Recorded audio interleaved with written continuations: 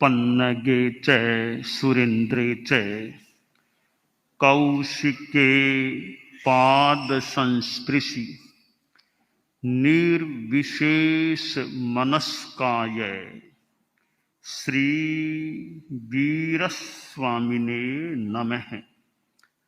भगवती सूत्र में कहा गया है, किं ते भन्ते अव्वाबाहम सोमिला जम्मे वातीय पित्तीय सिंभीय सन्निवाया विविहा रोगायंका शरीर गया दोषा उवसंता नो उदीरेन्ति शेत्तम अव्वाबाहम।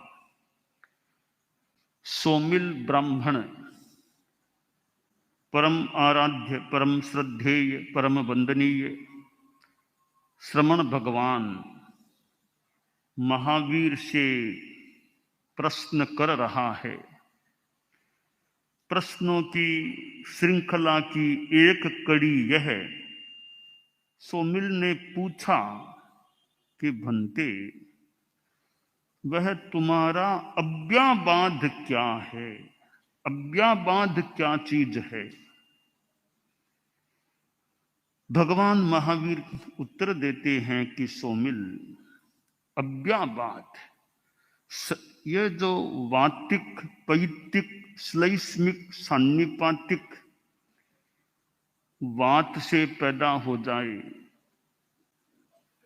पित्त से पैदा हो जाए, श्लेष्म से पैदा हो जाए, सान्निपातिक हो जाए, ये विविध रोग और आतंक जो होते हैं, वो शरीरगत जो दोष हैं, उपशांत हैं, उदीर्ण नहीं है, वह अव्याबाध है। शरीर हमारे जीवन का एक अंग है और शरीर में बाधा पैदा हो जाए, शरीर साबाध हो जाए, स आबाधा, तो फिर कठिनाई का अनुभव हो सकता है, कठिनाई हो सकती है। शरीर में वात, पित्त, कफ ये असंतुलित हो जाएं, बीमारी हो सकती है। संस्कृत भाषा में एक श्लोक आता है स्वस्थ के लिए कि स्वस्थ कौन होता है? सम दोष है समाग्निश्चय समधातु मलक्रिय है प्रसन्नात्मेन्द्रिय मनः स्वस्थ इत्यभिधीयते। कि स्वस्थ आदमी कौन है? पहली बात, सम दोष है। वात, पित्त, कफ ये तीन दोष हैं, ये संतुलित रूप में रहते हैं, तो यह एक स्वस्थता का आयाम है। शरीर में वायु का विकार हो जाए, गैस हो जाए, वायु हो जाए, पेट में अफारा आ जाए, वायु से और कहीं शरीर में ऊपर नीचे कहीं तकलीफ हो जाए, तो वात असंतुलित होने से संभव है शरीर में कठिनाई, बाधा पैदा हो जाए। वायु का वेग हो जाए, वायु ज्यादा हो जाए, तो आदमी कठिनाई में जा सकता है, कठिनाई का अनुभव कर सकता है। तो भगवती सूत्र में जो कहा गया, वातिक, वातजन्य तकलीफ नहीं होना, वायु संबंधी तकलीफ नहीं होना, और पैतिक, पित्त भी संतुलित रहे, पित्त की उग्रता न हो जाए। तो उपवास किया और पित्त बहुत हो गए, उल्टी हो रही है, पित्त की उग्रता न हो। श्लेष में कफ भी ज्यादा न हो जाए, कफ से बार बार कई बार थूकना पड़ता है, बार बार खंखार, नाक से, मुंह से बार बार थूकना, और तो कफ असंतुलित न हो। तो सम दोष है, कि वात, पित्त और कफ ये तीनों एकदम संतुलित रूप में रहे, तो यह स्वस्थता का एक आयाम है। समाग्निश्चय, अग्नि मांद्य न हो, अग्नि भी संतुलित रूप में रहे, शरीर में अग्नि है, संतुलित रूप में रहे, भूख अच्छी लगती रहे, तो अग्नि तत्व ठीक रहे, शरीर में सम रहे, यह भी एक स्वास्थ्य की स्थिति है, आयाम है, लक्षण है। सम धातु मलक्रिय है, धातुएं भी शरीर में 7 धातुएं, सब रक्त आदि सब संतुलित ठीक रहे, रक्त संचार आदि ठीक होता रहे। और मलक क्रिया, विसर्जन क्रिया ठीक रहे, शौच क्रिया ठीक होती रहे, कब्ज न हो, ज्यादा दस्ते भी न लगे, वो भी संतुलित रहे। और कभी कभी थोड़ी ज्यादा दस्त लगना इतना खराब नहीं होता, दस्त का न लगना ज्यादा खराब हो सकता है। कब्ज हो जाए, कोष्ठबद्धता हो जाए, चित्त में शांति नहीं रहती, शरीर में ठीक नहीं लगता, तो कब्ज हो जाना, मल का निस्सरण नहीं होना, वो कई बार ज्यादा खराब, थोड़ी 1-2 बार ज्यादा जाना पड़ा, वो इतनी बुरी बात नहीं है। दस्त का न लगना, कोष्ठबद्धता हो जाना, कब्ज हो जाना, वो कहीं कई बार ज्यादा कष्टकारी हो सकता है। तो जिसकी मलक क्रिया ठीक है और टाइमली बराबर होता रहे, मल का विसर्जन टाइमली होता रहे, और कई बार आदमी थोड़ी मल की यानी शौच की अपेक्षा हो रही है, आदमी आलस्य कर दे, बाद में जाएंगे, बाद में जाएंगे, भी तो मीटिंग है, बाद में जाएंगे 1 घंटा बाद, तो वो कई बार बाद में करने से भी गड़बड़ पैदा हो सकती है। तो शौच की इच्छा हो गई है, अपेक्षा पेट में लग रही है, तो सामान्यतया फिर ज्यादा विलंब नहीं करना चाहिए। टाइमली अनटाइमली अपेक्षा हो गई है तो बाधा को रोक लेना, शौच को, मल को रोक लेना कि नहीं अभी तो रोक लें, या मल को सामान्यतया यूं रोकना नहीं चाहिए। हमारे संत लोग बैठे हैं कि पंचमी की अपेक्षा हो रही है, भले दोपहर का समय है कि रात्रि का है, उसको प्राय रोकना नहीं चाहिए, अपेक्षा है तो यथाशीघ्र मौके पर अपना विसर्जन करना चाहिए। तो कहा सम धातु मलक क्रिय है, मल की क्रिया जिसकी ठीक रहती है, बराबर व्यवस्थित चले, सुबह शाम टाइमली सब काम हो, तो वो स्वास्थ्य का एक लक्षण है। और प्रसन्नात्मेन्द्रिय मनहा, प्रसन्नता रहे, मन प्रसन्न है, इंद्रियां सब प्रसन्न है, ठीक है, आत्मा प्रसन्न है। स्वस्थ इत्यभिधीयते, वो आदमी स्वस्थ है जिसके त्रिदोष वात, पित्त, कफ ये संतुलित हैं, अग्नि संतुलित है, और ये धातुएं संतुलित है, मलक क्रिया का क्रम ठीक रहता है, आत्मा प्रसन्न है, मन प्रसन्न है, इंद्रियां ठीक है, वह आदमी स्वस्थ होता है।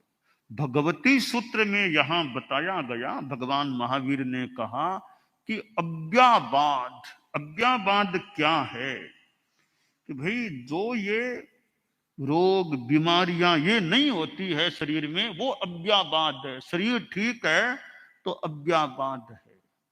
तो शरीर की सक्षमता का बड़ा महत्व है।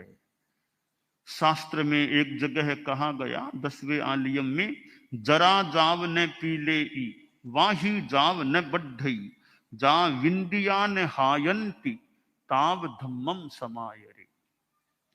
कि शरीर की सक्षमता है तब तक धर्म कर लो, बाद का पता नहीं है।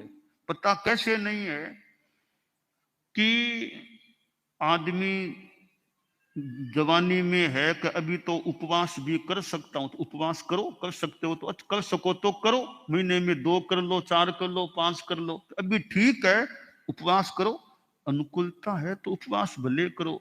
अगर बाद में कई बार कि सोडियम कम हो गया, सा वो हो गया, अब तो उपवास नहीं करना, बीपी ऐसा हो गया, वो हो गया, डॉक्टर ने कह दिया कि दवाई तो लेनी पड़ेगी, दवाई छोड़नी नहीं है, इसलिए उपवास करना भी अब बंद हो गया। क्योंकि शरीर में कुछ स्थिति गड़बड़ा गई तो पहले उपवास कर सकता था, अब 70-80 वर्ष आए, अब डॉक्टर कहते अभी आपके सोडियम कम हो रहा है तो आपको अभी उपवास तो नहीं करना चाहिए। तो बाद में नहीं, तो जब तक ठीक है ताव धम्मम समाय रे, जब तक शरीर ठीक है तब तक धर्म कर लो।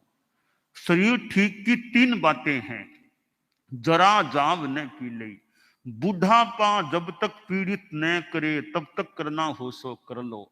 बुढ़ापा आने के बाद फिर कठिनाई हो सकती है। बुढ़ापा आ गया, खुद पूरा चल नहीं सकता, किसी का सहारा चाहिए, धीमे धीमे चलता है, गोडों में दर्द है और दर्द है, कभी कहीं दर्द है। तो बुढ़ापा जब तक न लगे, पीड़ित करना शुरू न करे, तब तक करना हो सो अच्छा धर्म का काम कर लो। दूसरी बात, जब तक शरीर में व्याधि न बढ़े, बुढ़ापा तो नहीं आया पर बीमारी लग गई, जवानी में भी बीमारी लग जाए किसी के, जब तक बीमारियां न लगे तब तक अच्छा काम करना हो सो कर लो।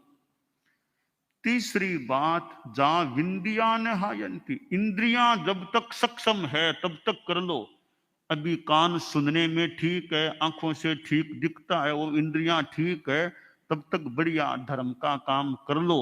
कि बाद में सुनना मुश्किल हो गया कि व्याख्यान में क्या जाऊं, सुनाई तो मुझे देता नहीं है, सुन नहीं पाता, आंखों से पढ़ूं किताब कैसे पढ़ूं, आंखों से पूरा दिखता नहीं है, ये कठिनाइयां हो जाए तो शास्त्र काल ने मानो आगाह किया है हमको, जब तक इंद्रियां हीन न पड़े तब तक धर्म का आचरण करना हो सो कर लो।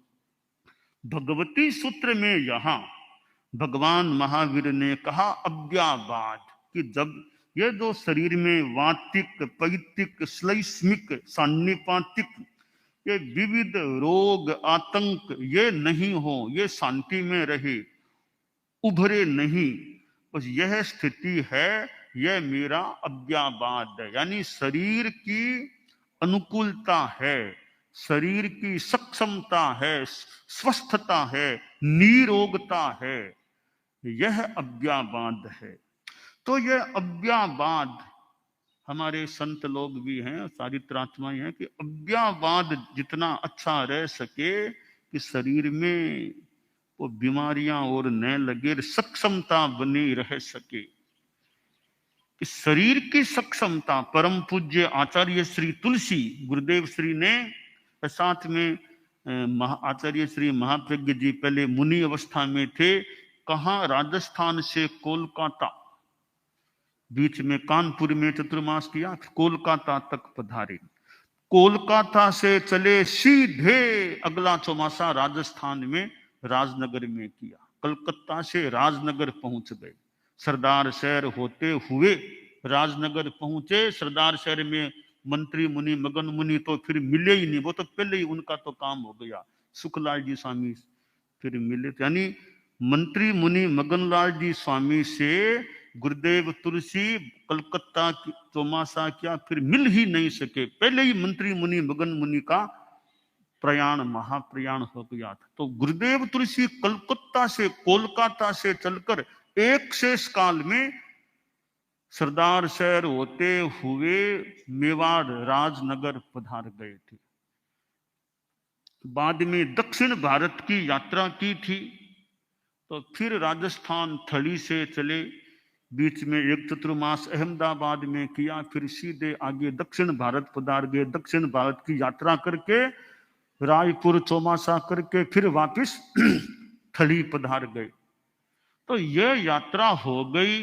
तो भगवती सूत्र में जो आया है अव्यावाद, शरीर में माने काफी अव्यावाद था, तब गुरुदेव तुलसी ने इतनी लंबी यात्राएं कर ली, प्राय काफी अव्यावाद रहा, थोड़ी बहुत मान लो, बाकी प्राय स्वास्थ्य अनुकूल रहा, तब ये इतनी लंबी पूर्वांचल दक्षिणांचल की यात्राएं गुरुदेव के हो गई। तो क्यों हो गई, उसमें एक सहायता अव्यावाद, भगवती सूत्र में जो आया अव्यावाद।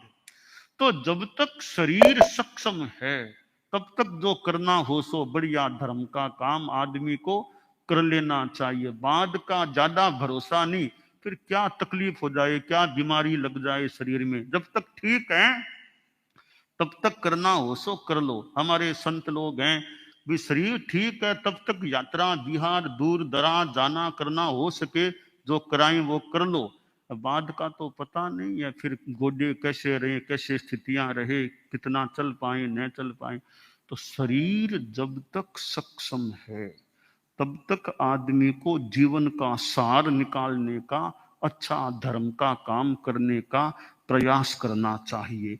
तो भगवती सूत्र में जो कहा गया कि वात पित्त श्लेष्म ये इनसे उत्पन्न वातिक पैतिक श्लेष्मिक सन्निपातिक ये विविध रोग आतंक शांति में रहें, उपशांत रहें, प्रगटे नहीं, उभरे नहीं, यह मेरा अव्याबाद है।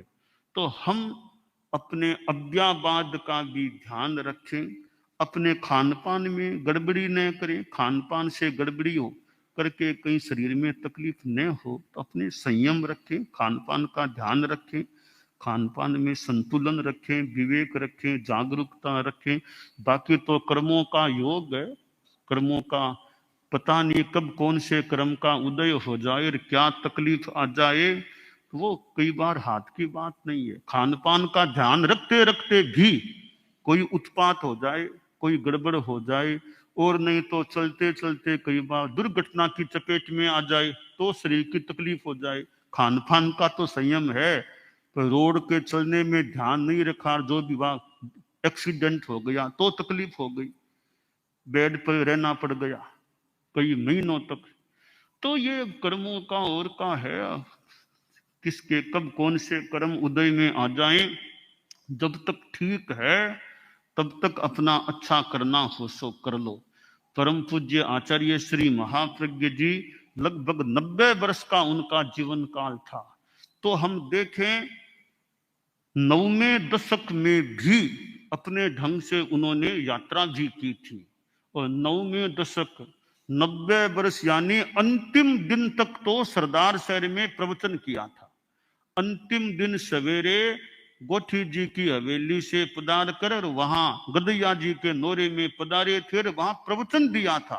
प्रवचन देकर वापिस गोठी जी वाली वो हवेली में पधारे, वहां कुछ घंटों बाद उनका महाप्रयाण, यानी अंतिम दिन तक सक्रिय थे, अंतिम दिन का भी प्रवचन उन्होंने दे दिया था। तो इतनी अनुकूलता कैसे? ठीक है उम्र तो थी, फिर भी शरीर की अनुकूलता भी थी, तब यात्रा भी कर ली, अपना प्रवचन भी देने का बहुधा दे देते थे, अपना काम करते थे, साहित्य का और का आगम का काम करते थे। क्यों कि अब्बा बाहम, ये अव्याबाद एक मात्रा में था, एक सीमा तक था। तब वे इतनी उम्र आने पर भी काफी सक्रिय, यानी मानसिक रूप में सक्रिय, यह आगम का काम है, इसमें तो मानसिक बौद्धिक वो अनुकूलता चाहिए, शरीर की भी अनुकूलता हो तब ये काम हो। उन्होंने जीवन के 9वें दशक में भी ये आगम का काम, प्रवचन, यात्रा भी, ये सारे इतने काम है। फिर धर्म संघ का भी संचालन और काम, इतना काम उन्होंने जीवन के 9वें दशक में भी वो करते थे। तो भगवती सूत्र में जो अव्याबाद की बात है कि आचार्य श्री महाप्रज्ञ जी के भी संभवतः काफी अंशों में शरीर का अव्याबाद था, तब वे सक्रिय रह सके थे। आचार्य भिक्षु को देखें, अंतिम चतुर्मास में भी, सिरियारी में भी वे सक्रिय थे, कार्य करते थे। बाद में धीरे धीरे फिर उनके शरीर पर असर आ गया था, जीवन के मानो 78वां वर्ष लग गया था, तो भी उनमें सक्रियता थी। तो यह अव्याबाद था। तो और कईयों के भी अव्याबाद काफी देखने को मिल सकता है। तो अव्याबाद रहता है साधु के, आप गृहस्थों के भी शरीर में अनुकूलता है तब तो आप सेवा दर्शन काम सब कर सकते हैं। वो नहीं है तो क्या तो सेवा दर्शन कितना कर पाएंगे, कितना भाग यानी सेवा कार्य कितना कर पाएंगे। तो साधु को भी अव्याबाद, गृहस्थों को भी अव्याबाद होता है। तो काम हो सकता है। कितने लोग कार्यकर्ता सेवा और व्यवस्था काम में और साधु संतों की सेवा में लगे रहते हैं। मान लो तो अज्ञाबाद है, तब तो आदमी काम कर ले। खुद का ही अज्ञाबाद ने तो खुद ही सेवा लेने वाला हो गया, दूसरों की कितनी आखिर सेवा कर पाएगा। तो भगवान महावीर ने कहा कि अज्ञाबाद, ये बीमारियां रोग नहीं होते हैं, शरीर में उभरते नहीं हैं, ये अज्ञाबाद है। यानी शारीरिक सक्षमता, शारीरिक स्वास्थ्य की अनुकूलता, यह हमारे जीवन के लिए बहुत उपयोगी होती है कि स्वास्थ्य ठीक है तो आदमी काम कर सकता है। तो यह शरीर की अनुकूलता कर्मों के साथ भी वैसे जुड़ी हुई है। अपना संयम, सादगी, खान पान में जितना अच्छा ध्यान रखें तो इससे भी कुछ गड़बड़ों से, बीमारियों से बचाव भी हो सकता है। बाकी जब तक अज्ञाबाद है तब तक उसका लाभ उठा लेना चाहिए। बाकी भरोसा नहीं है किस उम्र में कौन सी तकलीफ पैदा हो जाए।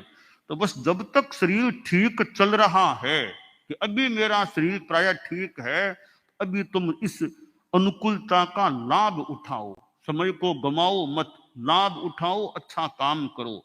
तो शरीर की सक्षमता यानी अज्ञाबाद जो है, स्वास्थ्य की अनुकूलता है, वो जब तक है शरीर में, उसका हमें बढ़िया धर्म के रूप में लाभ उठाने का प्रयास करना चाहिए। दानान शिष्ठम अभय पयाणम सच्चेषु या अणवज्जं वयन्ति तवेषु या उत्तम बंभचेरम लोगुत्तमे समणेनाय